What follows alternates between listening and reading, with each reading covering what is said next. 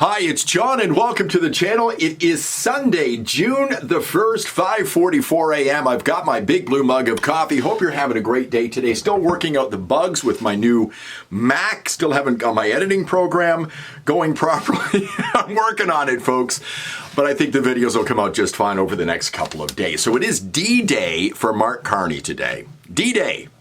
I'll explain that in just a moment. But really the theme of this video is Mark Carney always has an out. Have you noticed that? I'm starting to notice a trend here. There's things that he does. He uses excuses not to commit, and he uses excuses to justify what he does. He always has an out. So I'm going to get to that in just a moment because the first thing I want to talk about is D-Day for Mark Carney, and this is one of those things I think he's going to use one of his outs, one of his excuses.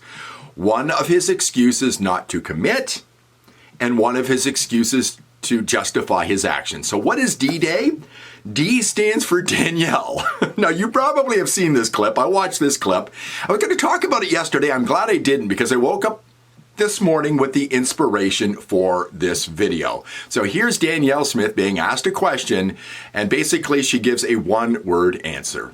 How long are you going to allow Ottawa to basically stall the questions, because I can see it coming. They're stalling. They're stalling. We're into Stampede. We're into the summer.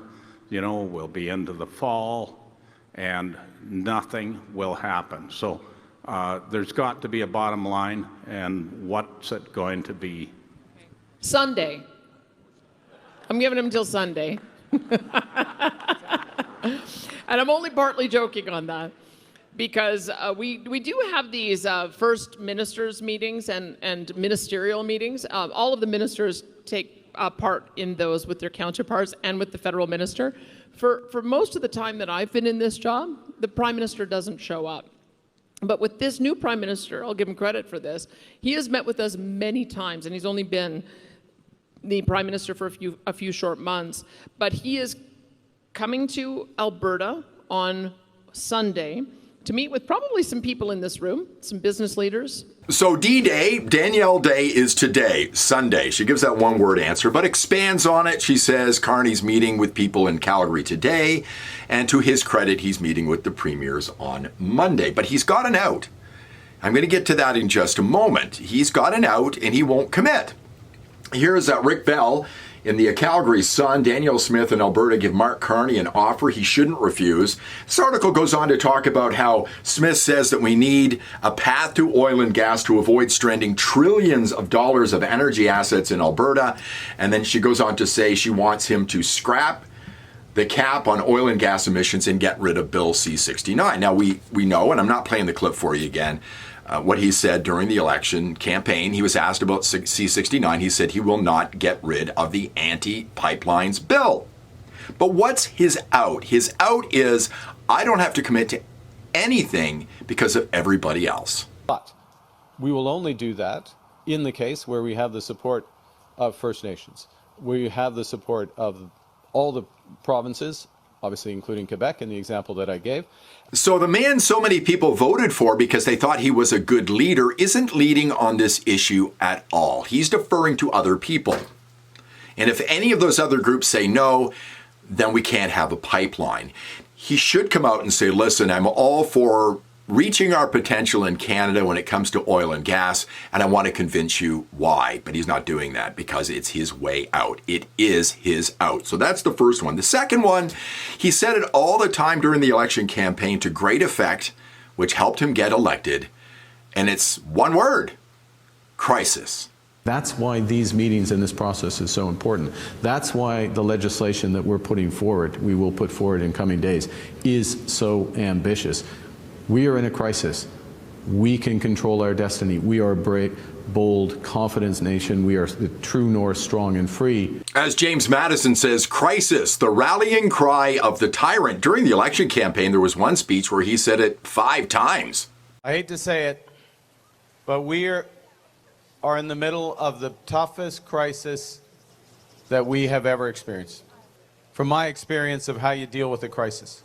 And when you're in a crisis, And I've seen a lot of crises, but in a crisis. Crisis can work for pretty much anything. Vote for me. We're in a crisis. We're going to spend $500 billion. We're in a crisis. Meanwhile, people bitch about Pierre Poilievre and the Conservatives voting against this ridiculous spending and complain that they're not going to get $400 out of the federal government this year. The inflation alone will eat up all of that. And then, of course, there's the last thing, which I mentioned yesterday, tariffs. Tariffs in the trade war with Donald Trump. It's the excuse for everything. They can do anything they want, and the people will be led around by the nose following the Liberal government because of tariffs and Donald Trump and the trade war. His energy minister, I played this clip yesterday, I'm going to play it again. When asked about Bill C-69 and pipelines, this is what he had to say. Yes, we will support new pipelines if there is consensus in Canada for them.